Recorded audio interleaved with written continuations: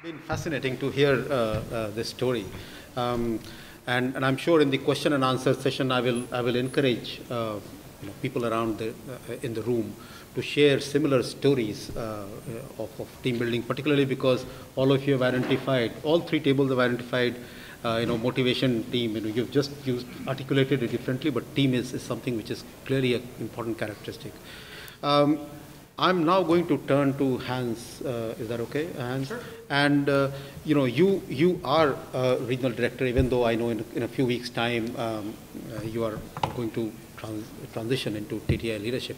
So clearly, some of these things I'm sure will be quite closely resonating with your own current and previous experiences. So why don't we hear from you, some of your own experiences. You can pick and choose anyone you want to highlight, whether it's vision or team. I mean, team we have heard. So, I mean, if it's okay, I would encourage you to talk about something else rather than just the team itself. Hans, over to you. Thanks very much. I mean, all of that really resonated, and indeed, so I had an interesting experience there for the last 5 or 6 years, going through wars and riots and sort of difficult times with our three teams. Two of which are sort of the countries are at war with each other, technically still at war with each other, so they can't visit each other, and it's all a little complex. Anyway, lots of the themes that you talk about resonated. I wanted to pick out one of them because I think this was really important, and to me it was one of the critical things that seemed to work well, and that was that your team talked about the importance for the leader to be a communicator. And I think that in a research environment that's particularly important. If the people you work with come with a research product, different people have assembled parts of that, and together you turn that into something even better. And people have a sense that maybe the product that they delivered is okay, but working together and sometimes working through a tough night when the presentation is the next morning, the output is great. And potentially you present because sometimes things are sensitive. Ideally you get them to present, but sometimes that doesn't work. You have to present sometimes. You present, and they see the recognition that the research gets in the room. That's incredibly motivating. And one thing that I started with when I started my job was sort of the classical motivational speeches where I said, this is really important, we can make a difference in our country, and here we can really work on this. And sort of, as you often do when you say these things, you see in the room the eyes glaze over a little bit and people go, yeah, we've heard that before. But the type of energy that you really feel the staff having once they've seen the work communicated in a very compelling way is the biggest motivator, which is incidentally why I think that for the people that are fundamentally passionate about research, a lot of the other things that were discussed, salaries, all of that, is actually less important.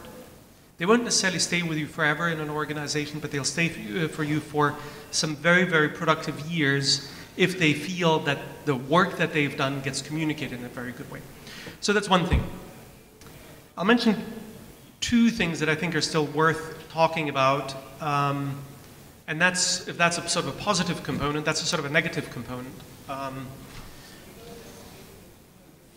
I think in research, one of the best qualities to have is paranoia.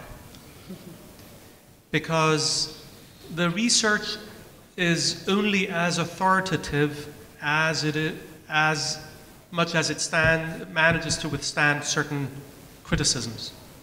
And the people will pick up the one reference to a data set where they say, but you know that this data set was badly collected. You know the sampling wasn't done properly. And if that happens, you have a fundamental problem. And so I think through very, very hard work and constantly being very imaginative about what can go wrong and finding solutions for that, you actually serve your institution and you serve your team. So it's maybe not just paranoia, as one of the authors on this has put it, productive paranoia, I think is very, very important.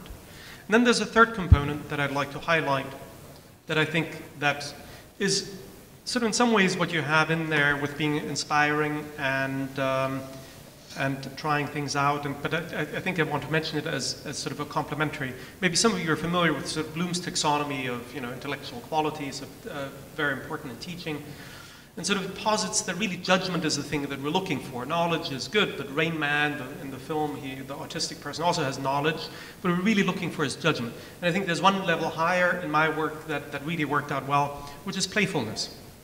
If it's inspiring to work there, the research gets communicated well, the risks are taken care of, and then people have the chance to explore and try out new things, then it becomes a really fantastic and a great place to work where people really look forward to going and look forward to spending the extra hour and the extra time. I think that has various components, maybe some of them being in the direction of what you talked about, that sometimes you talk about something totally off and just spend some time doing something slightly unusual.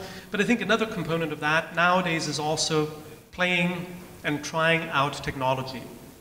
I've personally worked under people that didn't use technology, and it was exasperating to have to explain to them how some very, very basic things work.